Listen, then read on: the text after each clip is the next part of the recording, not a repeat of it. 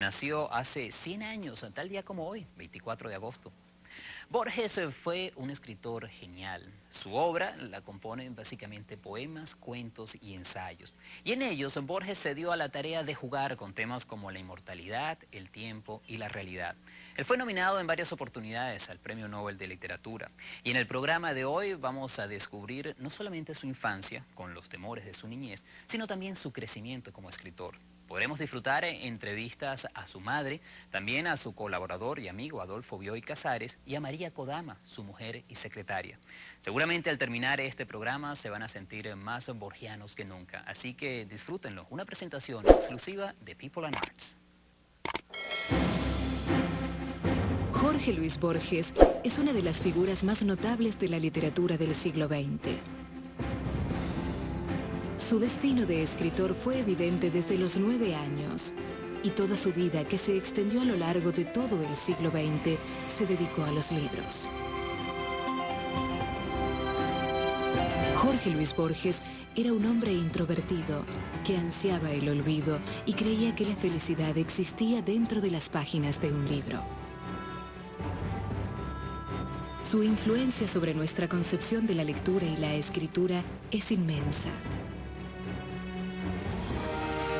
La fama llegó tarde, cuando tenía 60 años y estaba ciego. Superó los límites de su Argentina natal y fue celebrado en casi todos los idiomas de la tierra.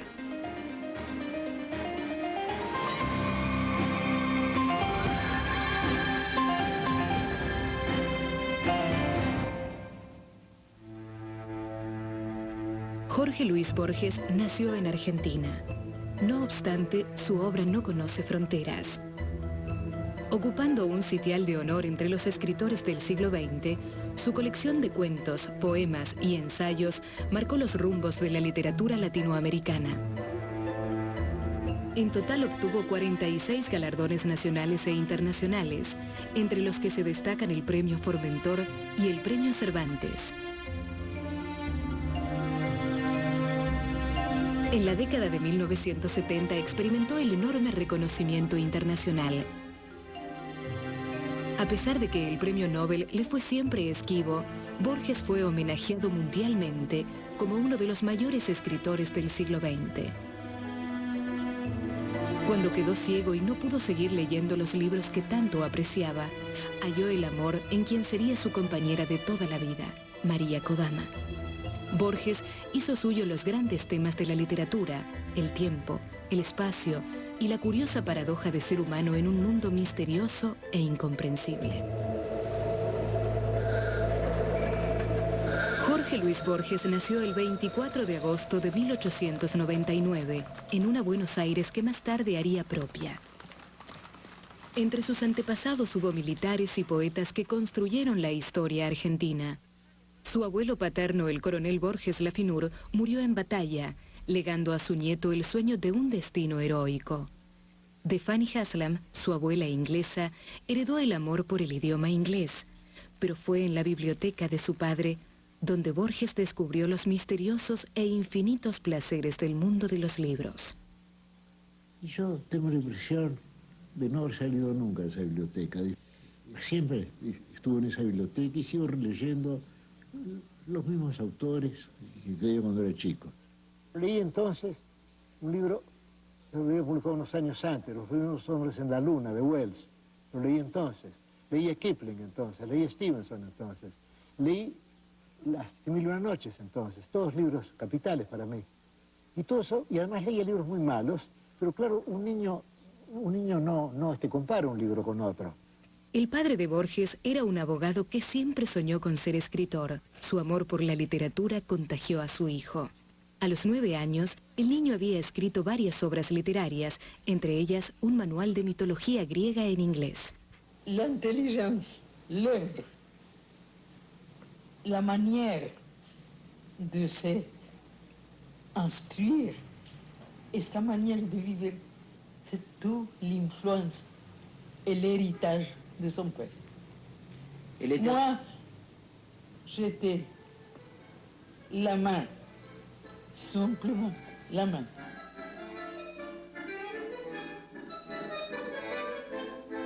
Para Buenos Aires, la ciudad en donde había nacido, Borges inventó su propia mitología. La casona familiar se hallaba en el vecindario de Palermo, una zona pintoresca poblada de inmigrantes y matones, donde vivió desde los 2 hasta los 13 años.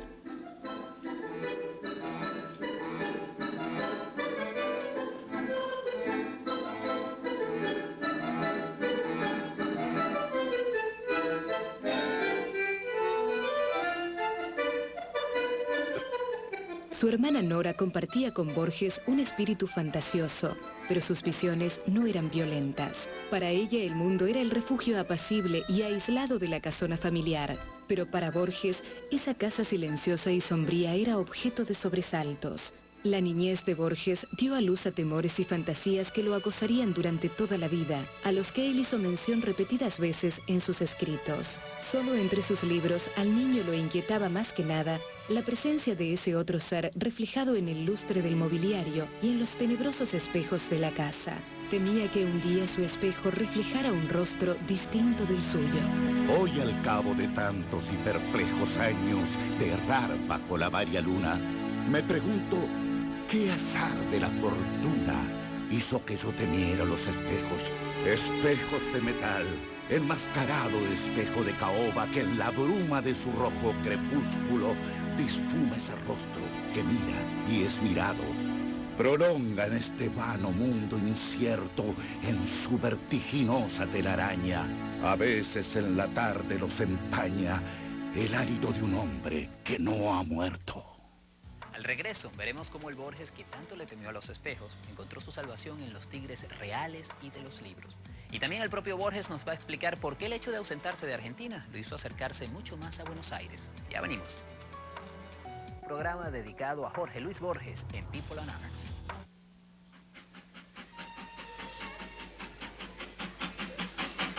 Los espejos reflejaban la muerte o la promesa de la muerte, pero en la niñez de Borges existió un símbolo más grato.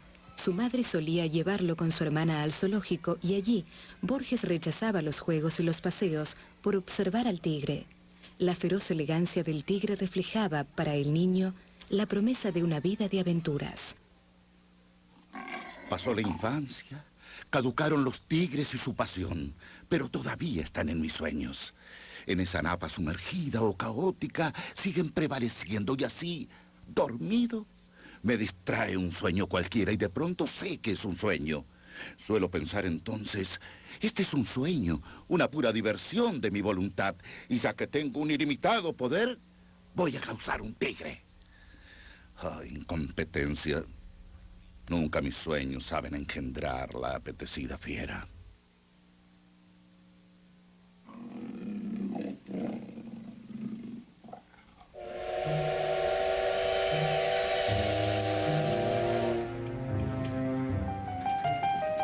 El mundo de los sueños de Borges se extendía desde la casona de Palermo a través de toda la ciudad y hasta la infinita vastedad de la Pampa. Allí, a campo abierto, descubrió otro aspecto de la mitología argentina. El territorio en donde sus antepasados habían luchado, el inmenso cielo, y los gauchos, cuya romántica vida Borges dijo envidiar, la placidez de la estancia, las hileras de eucaliptos y las largas siestas. Para ese entonces, Borges se inclinaba por la épica. Admiraba a los guerreros, los hombres de acción, los que habían realizado hazañas que él jamás emprendería, hazañas que él imaginó para sus ancestros militares. Espadas o dagas. Para él estas armas eran las protagonistas de las historias que le fascinaba leer. Aventuras como la Odisea o las 1001 noches. Historias que ocurrían del otro lado del mundo, pero que, gracias a la magia de los libros, se trasladaban a su propio espacio y tiempo.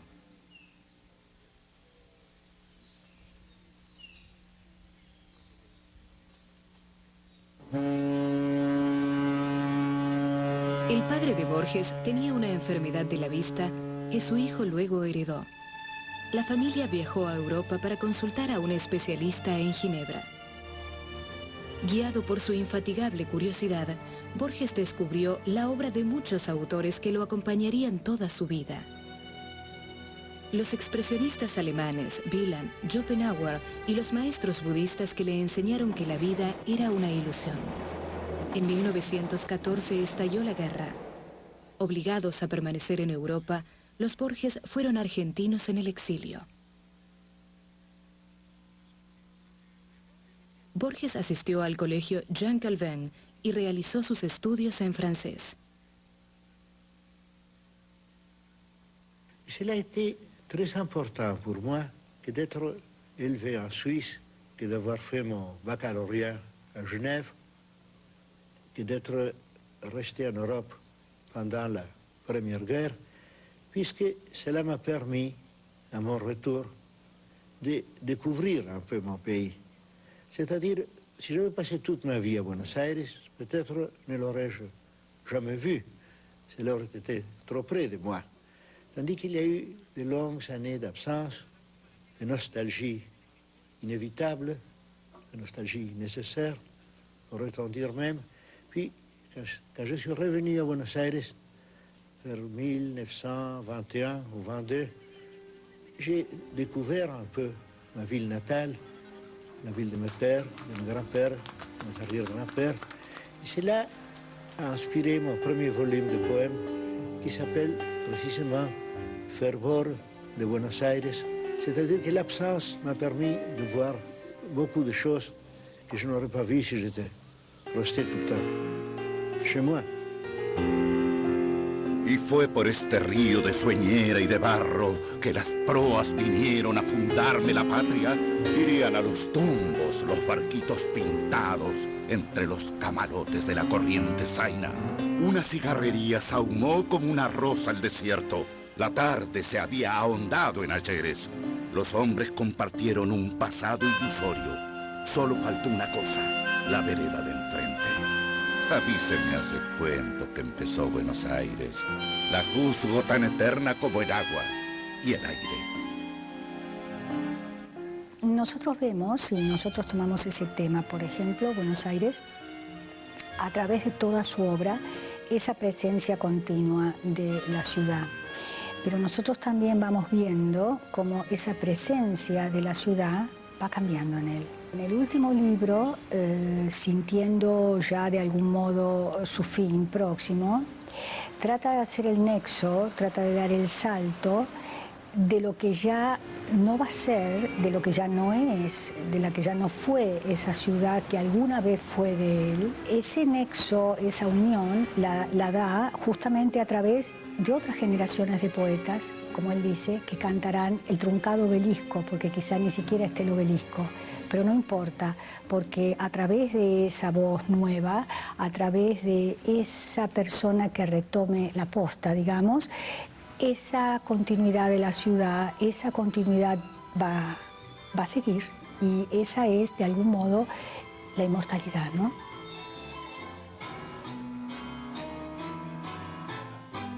Cuando la familia regresó de Europa, Buenos Aires se había convertido, para la mente de Borges, en una ciudad donde todo era posible.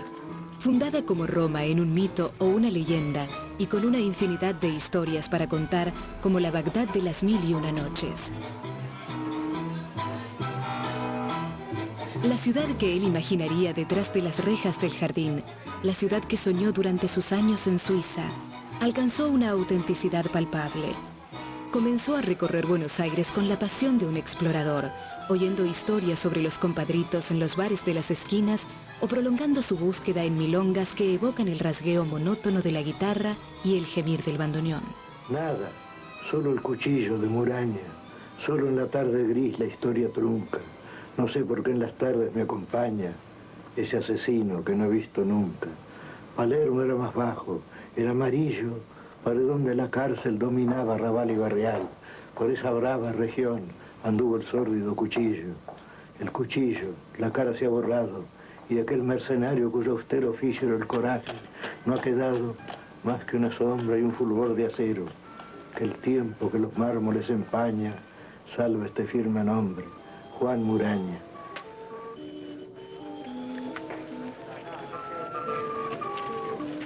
No te apures. El tango se baila con toda la vida por delante. Obedece al compás más que a la vieja. Uy, ¿qué hace? No hay caso, no puedo mirar como... Casas bajas, calles de adoquines, cuchillos, hombres bailando tango en oscuros callejones. Sobre este mundo gris, Borges comenzó a tejer su propia visión de la realidad. Toda su vida perduró su fascinación por las peleas de cuchillo y los códigos de honor secretos. Vio en esas vidas violentas una modesta reminiscencia de la Ilíada y de las antiguas sagas vikingas. Con la excusa de compilar la biografía de Evaristo Carriego, un poeta amigo de sus padres que le había cantado al mundo de los compadritos, Borges escribió un libro donde el protagonista no es Carriego, sino la poesía de Buenos Aires, su paisaje, su lenguaje, su historia. Al mismo tiempo, Borges descubría la literatura gauchesca, escrita en el siglo XIX por intelectuales argentinos. Parece imposible escribir un libro sobre el gaucho en el que no haya una sola descripción de la pampa, de la llanura. Sin embargo, en Martín Fierro no hay ninguna. Sin embargo, sentimos la llanura. Y eso me parece que es extraordinario. Ya, por ejemplo, que las descripciones que encontramos en un libro, por lo demás admirable como Don Segundo Sombra. Lo que pasa es que Don Segundo Sombra, el autor deja el relato y se pone a decir que a la izquierda había, por ejemplo, un monte y que a la derecha había un estacio, un rancho, lo que fuera. Y además hay otra cosa. El campesino no ve el paisaje. Si el paisaje es una idea de hombre culto. El Martín Fierro no ha descrito los paisajes. Pues mire que el que narra es un gaucho, entonces no puede ver el paisaje. No puede verlo porque, digamos, si un campesino mira el cielo es para saber si va a llover o no. Pero no por este gozo estético, eso no. Es totalmente falso. Y en Martín Fierro está todo muy bien así también. Y en Ascasubi también. Para Borges, cada historia era, en cierto sentido, universal. Lo que ocurría en el mundo de los gauchos remedaba el asesinato de Julio César a manos de su hijo frente al Senado romano. Al destino le agradan las repeticiones, las variantes, las simetrías. 19 siglos después, en el sur de la provincia de Buenos Aires, un gaucho es agredido por otros gauchos y al caer reconoce a un ahijado suyo y le dice con mansa reconvención y lenta sorpresa: pero che, lo matan y no sabe que muere para que se repita una escena.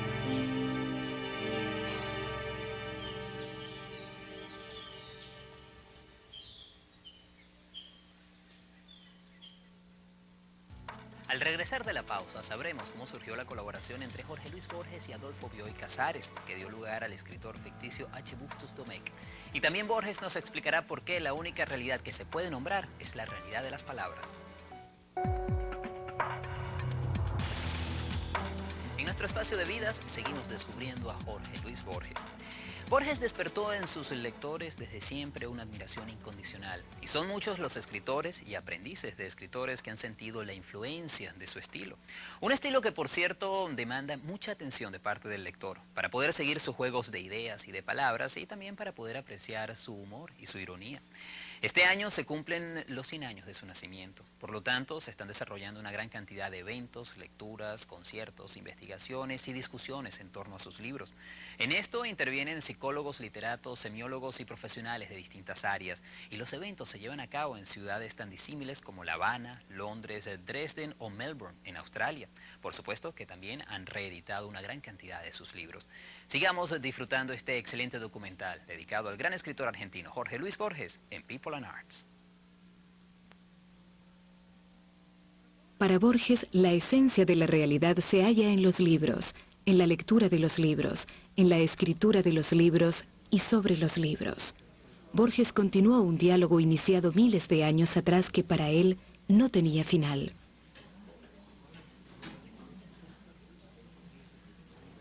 Para Borges, lo que un hombre ha experimentado puede ser experimentado por todos los hombres. Y no le sorprendió hallar entre los amigos de su padre a un escritor que, por sí solo, había redescubierto las ideas de Platón y otros filósofos. Macedonio Fernández escribió poco, leyó poco, pero pensaba mucho y conversaba brillantemente. Se convirtió para Borges en la encarnación del pensamiento puro. Un hombre que intentó resolver los interrogantes metafísicos del tiempo y la existencia. los sueños y la realidad, que Borges haría suyos, libro tras libro, mientras urdía una nueva literatura, una nueva manera de escribir y leer. Artificial que no tiene nada que ver con la realidad. Lo que llamamos realidad viene a ser un conjunto de percepciones, de emociones, de encuentros, de pensamientos, de sueños, de distracciones, de sorpresas. Eso es la realidad. En cambio, el idioma es un sistema rígido en el cual tenemos sustantivos, no sabemos si hay sustantivos realmente, es decir, no sabemos si hay una cosa que llamamos manzana, solo percibimos el color de la manzana, el sabor de la manzana, percibimos el peso de la manzana en la palma de la mano, percibimos la forma convexa de la manzana, pero no sabemos si hay algo que se llama manzana. Es decir, que todo idioma es un sistema artificial comparado con la realidad.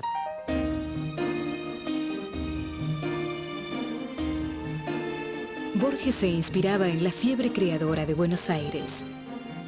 En España, donde su familia había vivido después de Ginebra, Borges conoció a otros poetas que se hacían llamar ultraístas y creían que la metáfora era la esencia misma de la poesía.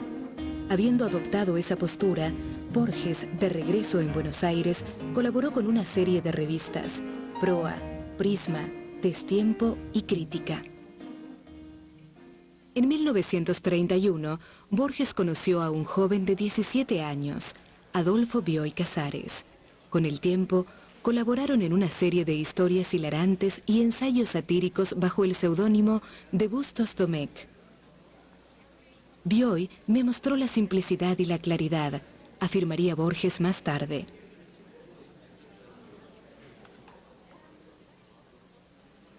Georges, quelquefois, venait de son grand ami, Bioy Casares, avec lequel il écrit beaucoup. Il dînait chez lui tous les soirs. Et il revenait à la maison à 11h30, minuit, quelquefois plus tard. Il me demandait: es-tu fatigué? Non, je ne suis pas fatigué. Eh bien, je lui donnais son lait glacé et chacun allait se coucher. Un tío mío, Miguel Casares, para ayudarme un poco como escritor, me pidió que escribiera un folleto pseudo científico, pero realmente comercial, sobre el yogur. Pagaban 16 pesos la página, Borges Lapa. Así que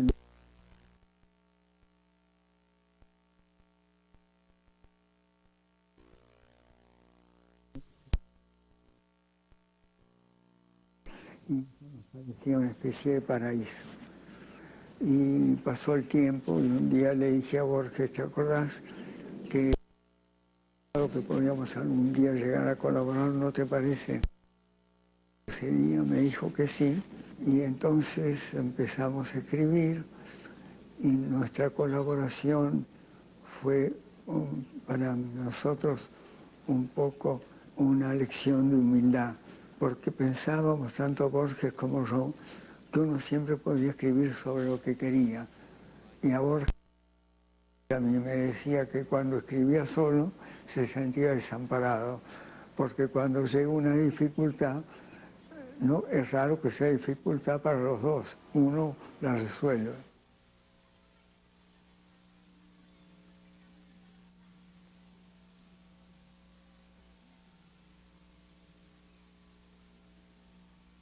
Borges y Bioy habían sido presentados por Victoria Ocampo, la gran señora de las letras argentinas. Ocampo era una acaudalada e inteligente dama de la sociedad, de espíritu cosmopolita, que quería abrir la cultura argentina al mundo y atraer al mundo hacia la Argentina. Lo logró con su revista Sur, que fundó en 1931, donde Borges publicó muchas de sus obras maestras: Discusión, Historia universal de la infamia, Historia de la eternidad y otras inquisiciones. Ensayos que en realidad son cuentos, cuentos que a su vez son ensayos, Estos textos, como los que aparecieron en otros medios, fueron reunidos en libros editados por Sur.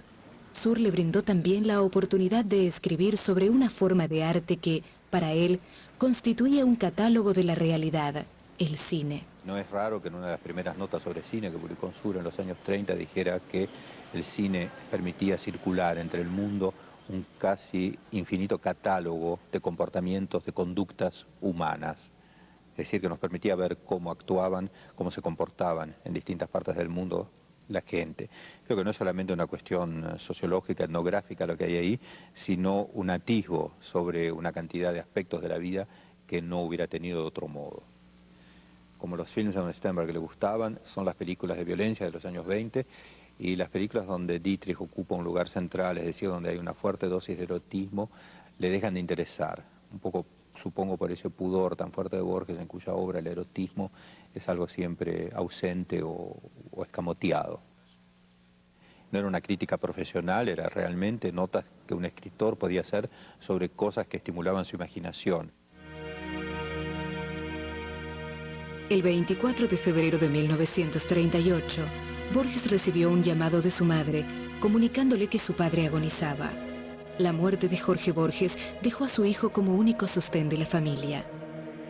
Un año atrás, Borges había comenzado a trabajar en una pequeña biblioteca municipal, Miguel Cané. Se sentía muy desdichado entre empleados indiferentes y burocráticos que no sentían un verdadero interés en los libros que los rodeaban. Solo la lectura de Dante durante sus largos viajes hacia y desde el trabajo le sirvieron de consuelo en esos años. Leyó además obras de la literatura china, los cuentos de Chesterton, novelas de Aldous Huxley y Julian Green. En especial, prefería las novelas de detectives. 1938 fue también el año en que Borges sufrió un accidente que casi le costó la vida y que relató en su cuento El Sur. No esperó que bajara el ascensor y subió con apuro las escaleras.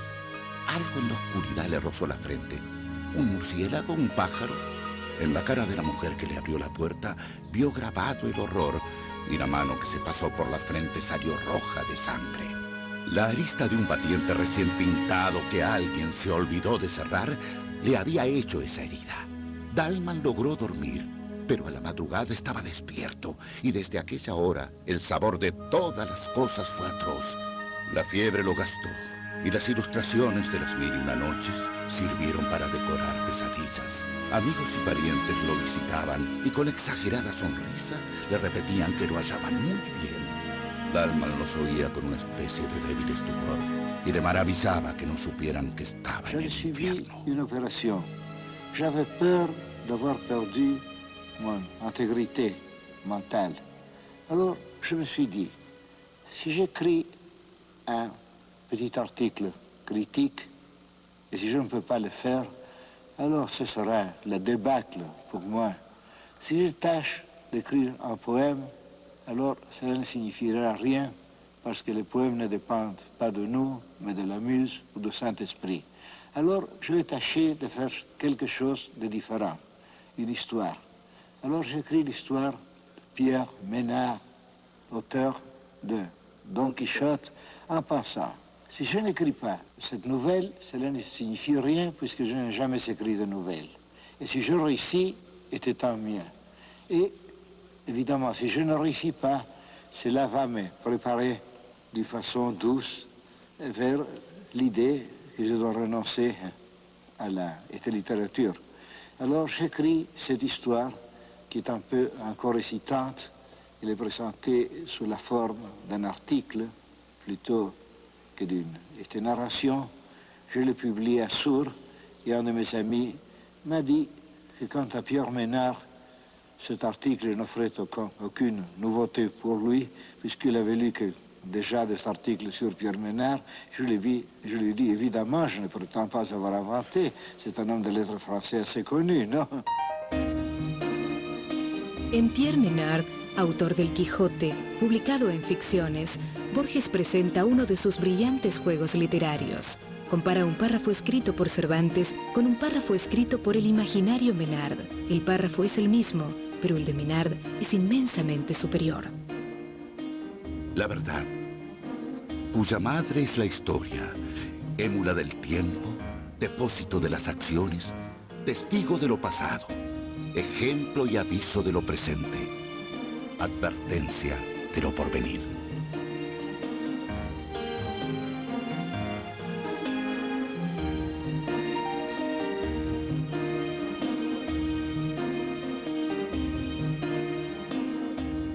En Pierre Menard, los lectores de Borges, fascinados, descubrieron que ellos también tienen el poder de inventar la literatura. Leer El Quijote no como lo escribió Cervantes, sino en la versión de Pierre Menard, un supuesto contemporáneo de James Joyce.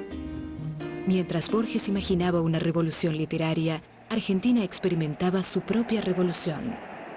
En 1946, Perón fue nombrado presidente. En los tiempos del peronismo usted fue perseguido con una cierta hazaña. No. Detuvieron a su madre, sí, a su a hermana, mi hermana, a mi sobrino. A usted lo destituyeron de su puesto de bibliotecario. Pero era un puesto tan modesto. Era un puesto modesto, sí, ¿verdad? Pero con todo, aún eso les pareció mucho para mí.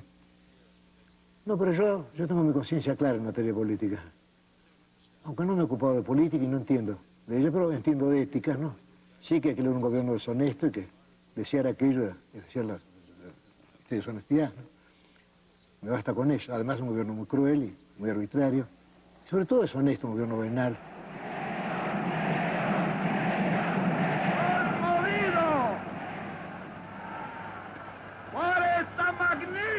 Como se había negado a firmar un compromiso de adhesión al gobierno, Borges fue destituido de su cargo en la biblioteca municipal y se lo nombró inspector de aves y conejos. Fiel a lo que llamó su ética de escritor, renunció y se vio obligado a ganarse la vida dando clase. Consciente de que la realidad buscaba entrometerse en esa otra realidad que había conocido en los libros, exploró los límites del espacio, las restricciones del tiempo. Negar la sucesión temporal, negar el yo, negar el universo astronómico, son desesperaciones aparentes y consuelos secretos. Nuestro destino no es espantoso por irreal, es espantoso porque es irreversible y de hierro. El tiempo es la sustancia de que estoy hecho. El tiempo es un río que me arrebata, pero yo soy el río. Es un tigre que me destroza, pero yo soy el tigre. Es un fuego que me consume, pero yo soy el fuego. El mundo, desgraciadamente, es real. Yo, desgraciadamente, soy Borges. Con esta certeza, Borges desarrolló la idea o la esperanza de hallar un lugar o una cosa que le permitieran serlo todo. Un lugar o una cosa que fueran todos los lugares y todas las cosas. A esto, Borges lo llama el Aleph. E incluso en este Aleph, en este lugar que es todos los lugares, Borges, el protagonista, no puede ser feliz. Debe continuar siendo él mismo. Debe continuar siendo Borges. Dedicará el cuento a la novelista Estela Canto, una de las muchas mujeres de las que se enamoró. Todo lenguaje es un alfabeto de símbolos cuyo ejercicio presupone un pasado que los interlocutores comparten. ¿Cómo transmitir a los otros el infinito Aleph que mi temerosa memoria apenas abarca? El diámetro del Aleph sería de 2 o 3 centímetros, pero el espacio cósmico estaba ahí, sin disminución de tamaño. Cada cosa, la luna del espejo, digamos, era infinitas cosas. Vi en el Aleph la tierra, y en la tierra otra vez el Aleph, y en el Aleph la tierra. Vi mi cara y mis vísceras, vi tu cara, y sentí vértigo y lloré, porque mis ojos habían visto ese objeto secreto y conjetural cuyo nombre usurpan los hombres, pero que ningún hombre ha mirado, el inconcebible universo. Mañana a esta misma hora, en nuestro espacio de vidas, seguiremos en la onda de la literatura, cuando les presentemos el programa La vida según Saramago, dedicado a este gran escritor portugués quien ganó el Premio Nobel en 1998. Será mañana en People and Arts. Paso lento pero firme, desde su escritorio en Buenos Aires, Borges transformó para siempre el arte de la literatura, combinando géneros, dando nueva vida a los temas más antiguos. Al mismo tiempo, su vista empeoraba.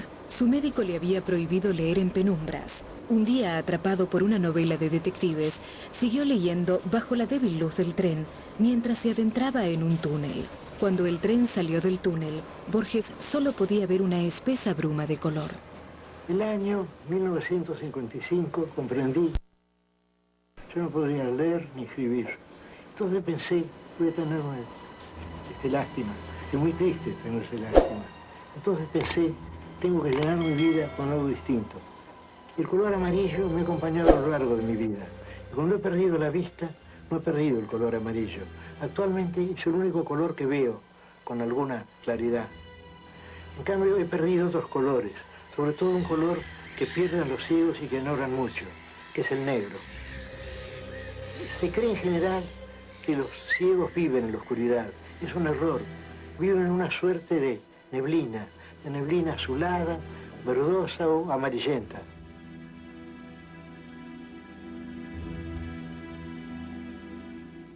A partir de allí, bueno, necesitaba gente que le leyera, entonces muchas personas le leían, empezando por su madre, naturalmente, que hizo un trabajo realmente extraordinario de ayuda, de lectura, de apoyo y de empujar realmente esa obra. Así que el trabajo mayor, digamos, estaba hecho por su madre y aparte de eso, lógicamente, la Biblioteca Nacional, digamos, empleados que él tenía le leían, amigos iban a leerle, alumnos le leían, es decir, estaba siempre rodeado de gente. La primera bomba sobre la Casa de Gobierno. Después, bajo las nubes, el zumbido de los dos termicios. La destrucción cae sobre la plaza. El terror la sobrevuela a pocos metros y la recorre con la fuerza de lo devastador. En 1955 cayó el gobierno de Perón. Para Borges era el final de una pesadilla. Lo que llamaba el festín del monstruo había concluido. A instancias de Victoria Ocampo, Borges fue nombrado director de la Biblioteca Nacional. De pronto, se vio convertido en el amo de un edificio que él había comparado con el paraíso. Era, además, el heredero de una extraña tradición. Que esa dinastía era triple. Digamos, Mármol, Brusac y yo, 3 directores de bibliotecas ciegos. Pero al mismo tiempo, como tuve ocasión de decir ayer, hay un agrado en ello, porque cualquier simetría sugiere un orden. Es decir, que no estamos en un caos, sino en un cosmos, en un mundo ordenado. Ya que si hay esa simetría, posiblemente ello corresponda no al azar, sino a un designio. Lento en mi sombra, la penumbra hueca exploro con el báculo indeciso. Yo, que me figuraba el paraíso bajo la especie de una biblioteca. Algo que ciertamente no se nombra con la palabra azar rige estas cosas. Otro ya recibió en otras borrosas tardes los muchos libros y la sombra. Al errar por las lentas galerías, suelo sentir con vago horror sagrado que soy el otro, el muerto, que habrá dado los mismos pasos en los mismos días. ¿Cuál de los dos escribe este poema de un yo plural y de una sola sombra? ¿Qué importa la palabra que me nombra si es indiviso y uno el anatema? 13 ans, je fais la lecture à mon mari, parce qu'il ne pouvait pas à cause de sa vue.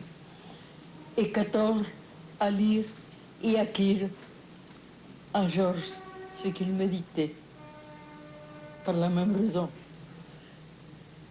Deux tragédies de ma vie. On peut dire, m'ont donné un peu de bonheur. Fue una mujer admirable y estuvo honrosamente presa durante la dictadura. Y conmigo ha sido de unas indulgencias, de una bondad, y ejemplares, más que ejemplares. Y yo escribí un poema después de la muerte de ella titulado Remordimiento, diciendo que yo hubiera debido ser más feliz para hacerla más feliz a ella. Que yo, una vez muerta ella, tengo el remordimiento de no haber sido feliz. Yo debido ser feliz, no por mí, sino por ella.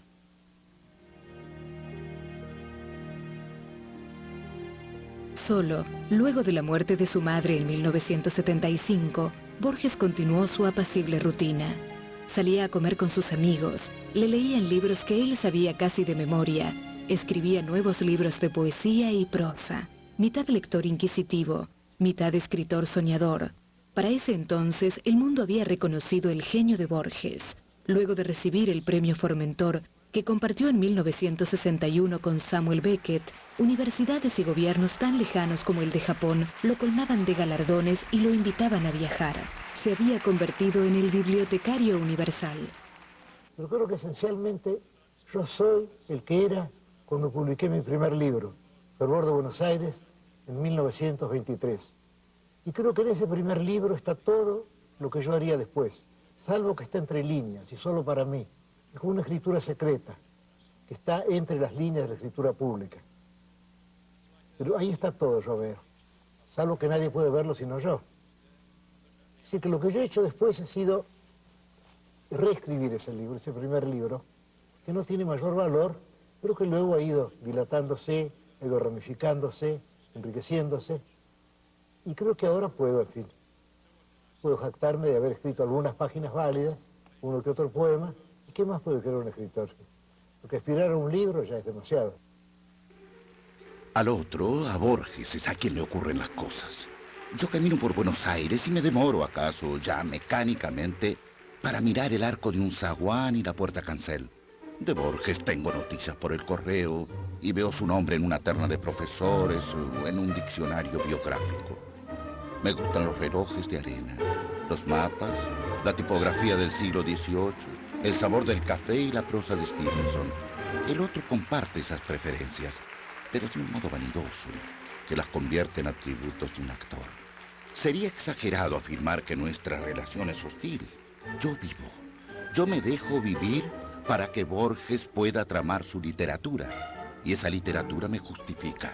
Hace años yo traté de librarme de él y pasé de las mitologías del arrabal a los juegos con el tiempo y con lo infinito. Pero esos juegos son de Borges ahora y tendré que ignorar otras cosas. Así mi vida es una fuga y todo lo pierdo. Y todo es del olvido o del otro. No sé cuál de los dos escribe esta página. José Louis Borges, nous vous faisons commandeur de la Légion d'honneur.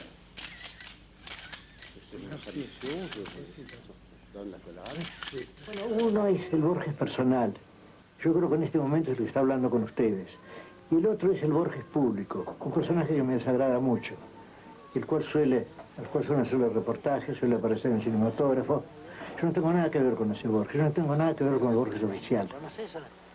No es así. Y un coche por defensa del triángulo argentino, y en la mitad del camino se encontró un carro encajado.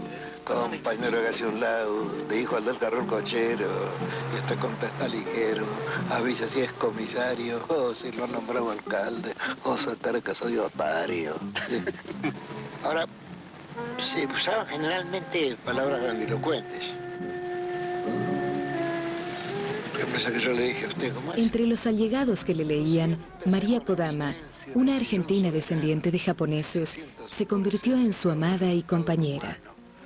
Juntos exploraban libros, realizaban caminatas, viajaban, se casaron en 1986. Esa era la monotonía, porque todo era Que Borges era un ciego, digamos, especial. Un ciego, primeramente, que nunca se quejaba ni decía nada sobre su ceguera, salvo que le preguntaran, ay maestro, usted no ve, ciego, qué horror. Él nunca hablaba de eso, por eso yo nunca lo sentía ciego, por eso hicimos tantas cosas juntos, desde, no sé, ir al desierto, subir en globo, navegar, no sé, en un barco por Nueva Orleans. Y bueno, y así emprendíamos esos viajes que mucha gente no entendió, no entendía, y que a él lo llenaban de felicidad. Borges había cumplido los 87 años. El mundo que le revelaban los libros continuaba interesándole más que el vano reflejo terrenal. Y hasta su amada Buenos Aires era un melancólico espejo de su experiencia. Y la ciudad ahora es como un plano de mis humillaciones y fracasos. Desde esa puerta he visto los ocasos y ante ese mármol he aguardado en vano. Aquí el incierto ayer y el hoy distinto me han deparado los comunes casos de toda suerte humana. Aquí mis pasos curvan su incalculable laberinto. Aquí la tarde cenicienta espera el fruto que le debe la mañana. Aquí mi sombra, en la no menos vana sombra final, se perderá ligera. No nos une el amor, sino el espanto. Será por eso que la quiero tanto.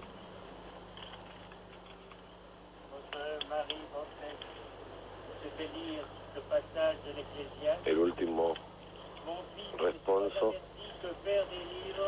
y acción de gracia en este cementerio que podíamos decir laico, donde hay tumbas en cruces. Borges eligió morir, no en Buenos Aires, sino en Ginebra, donde una vez había sido feliz.